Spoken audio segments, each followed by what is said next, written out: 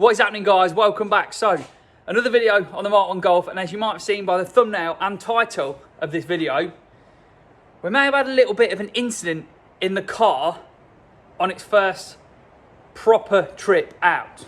So, set the scene. Last Saturday, we were getting ready to go down to the Plus 44 Automotive show near Bath. Only applied for it a couple of weeks before, a bit of a last minute thing.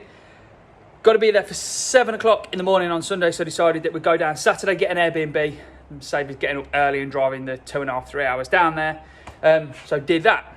Had the car on the ramp, did a couple of little bits to sort a few things out that I knew I wanted to sort. Got the stereo working, things like that. Jumped in the car, drove down, all the way down the foss to where I was going. Absolutely amazing. Picture the scene. Sun was shining, clear blue sky, windows down, sunroof open, sunglasses on, and we had Oasis and the Stone Roses blaring out on cassette all the way down there, and I had a massive grin on my face, and the car was absolutely flawless and faultless the entire way. It was such a pleasure to drive it, and I really did enjoy it. I'm a bit annoyed that I didn't film any of it because it was the best. The weather, everything, it was just amazing. It was such a nice drive. Anyway, we get down there, and I managed to get 2 doors from the Airbnb before this all happened, which I'll put the clips in now, put these all on my stories. So we pulled up outside the pub, stopped, and we're on a tiny little road. Got my phone out to have a quick look to find out where exactly the Airbnb was, which was 2 doors up. As you can see, we walked up, there was a bit of there's stuff on the road, as you can see there. We got up, the car is just there, and we parked it there out of the way, and the Airbnb is there, is that black wood house. So what happened? Well, let me show you underneath the car as to what went on. So I had loads and loads of people messaging me on Instagram saying, you've done the sump, you need to put shallow sump on it, schoolboy, all that sort of thing. So we had a shallow sump in it anyway. That was one of the first things that, well, it went on before the engine was even built and put in the car. Wasn't the sump that we did. What happened was, coming under here, I had all of this off Saturday morning to raise it up a bit because it was hanging a little bit low and catching. As you can see on here, what happened was, we've got a witness here of an indent. The exhaust got knocked backwards. It hit there. What it did was punctured the fuel tank. So that hanger punctured the fuel tank and threw fuel all over the road. Spoke to Trackslag, who have said they have never ever seen that happen before with one of their exhausts. What I'm going to do is try and sort out this hanger and try and move and bend this bracket a bit further back, cut this hanger down a little bit off of the exhaust.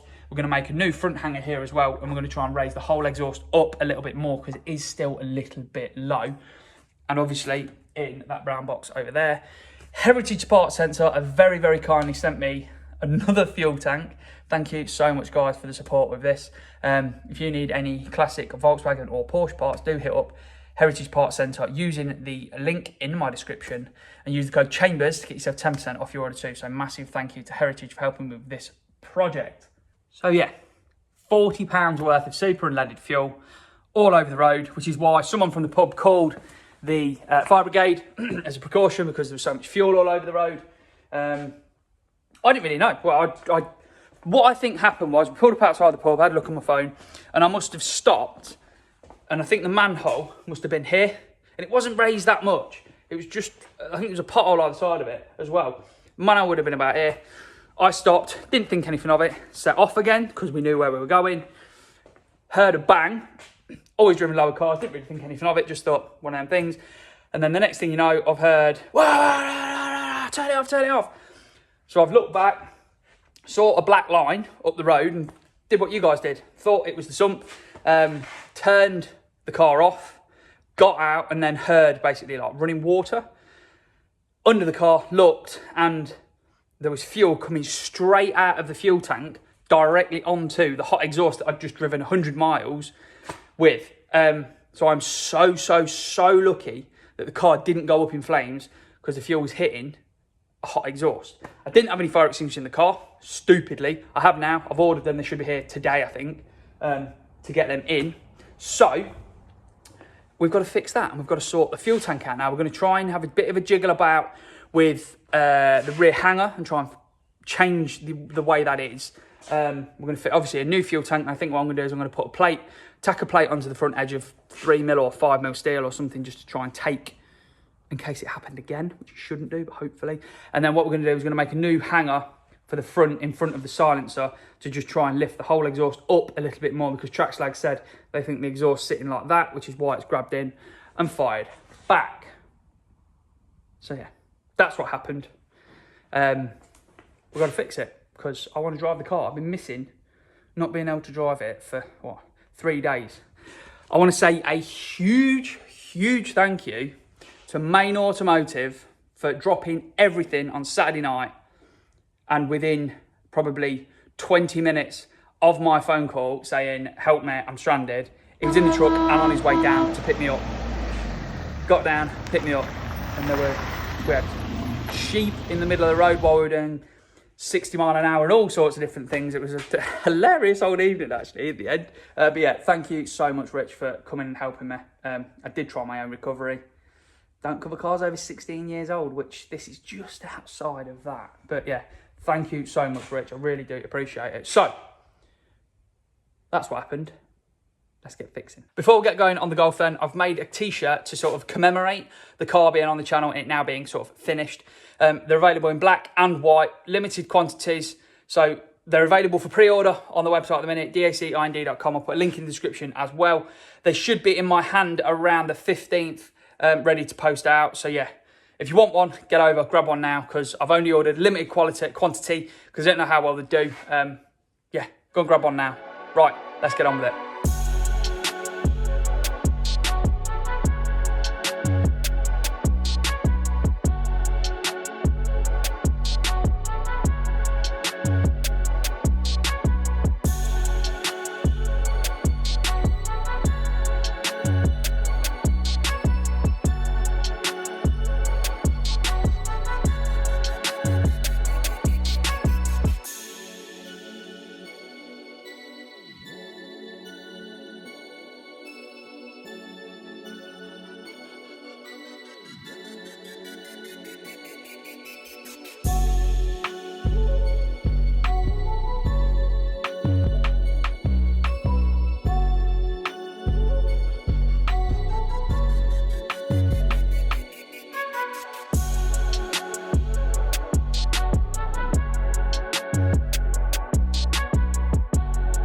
And there we go, through a bit of messing around. Tank is out. It's a bit of a pain because you've got to take the filler tube off. You've got the pump, or I've got the pump to take off. I had to disconnect the brakes from the back, drop the rear beam, take all the exhaust off. It's not just take the tank out, it's in with other things. Yeah, it's off next to the new tank. Pierced the perfect hole in it. Perfect hole. So what I'm going to do here, because it's sort of on the edge of this, we've got a bit of 3mm plate.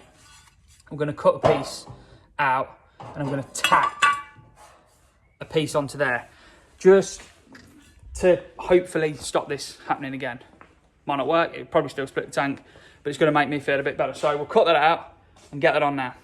Good morning. So back on a new day. We've got the tank, the new tank, painted and sorted. But before we did that, I've welded this 3mm plate on where the impact was on the last tank. Filler hose is on, sender is back in, and then coming inside the car or underneath the car, everything is empty. But the only thing that I'm going to be doing differently, which I saw on Lewis Lilly's Instagram, who's restoring a 5-door Mark 1 Golf in Mars Red, who's the guy that lent me all the stuff for the headliner when we thought we needed it, but it turns out we didn't actually need it. His handbrake cables, I'd obviously mounted mine underneath here. He just went through the tube. Like that. Much easier. Actually quite a nice route. The cables have got a nice bit of bend to them. They're out the way. Why didn't we do that in the first place? So we've prepped a few bits. We'll get this beam dropped down again, new tank in, put everything back together, add some fuel. Well, no, then we've got to start the difficult part of trying to raise the exhaust. Then we add fuel, and then hopefully it's all right and we can go out for a drive again because sun's out.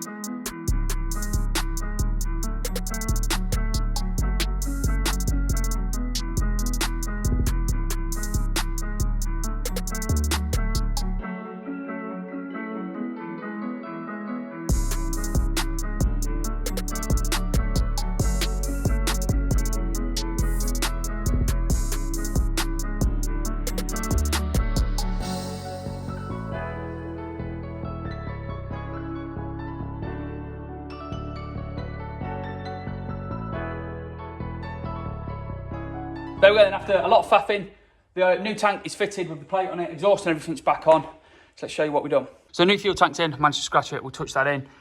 Plate is welded to it that hopefully will stop this, if it ever did it again, from puncturing the tank. It might just bend, I'm hoping. I've bent this bracket as well back a bit. I didn't want to have everything touching too much, but we've bent that a little bit, and then we've got that as high pretty much as it'll go. There's hardly any gap.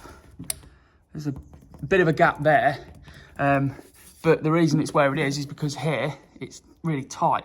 But I've got another clamp here, an exhaust clamp that we're going to try and fabricate a bracket on for another hanger to try and lift it a little bit more and get this front edge of this just a little bit higher. But it's all back in, all back on.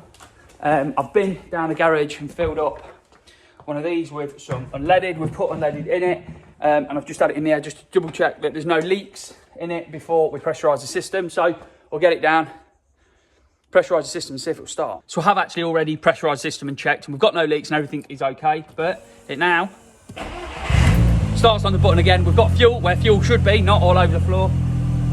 So yeah, it took longer to bleed the brakes and get the brakes all sorted out than it did to actually do everything else. But anyway, it's all done, it's all working. We've got brakes, we've got fuel, we've got a car that runs. I've missed driving it for the past few days, so let's go out and give it a drive. Right, the bit you've all been waiting for, out for a drive. Hopefully you can hear me over the fuel pump, which is really quite loud. She drives so nice, and that noise, flutter from the wastegate is insane. Having never driven Mark 1 Golf before, I've not really got anything to compare this car with the 1.8 turbo and all the modern suspension and everything to. I just know it drives nice, and yeah, it's good fun. I've had quite a lot of people message me asking about the brakes on the car because we're not running a servo. They're not amazing, but there are brakes there. You used to have to press quite hard on the pedal to get it to do anything, but I've driven a couple of cars with pedal boxes in, if you like, without servos before, so you get used to it after a while. Just takes a bit of adjustment when you get back into the car with the servo. You're about to go through the windscreen. But yeah, it's so much fun. So much fun. It goes like stink.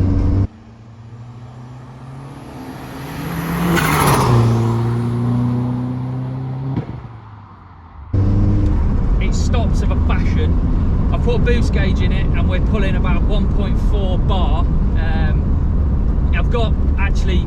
I got contacted by a company.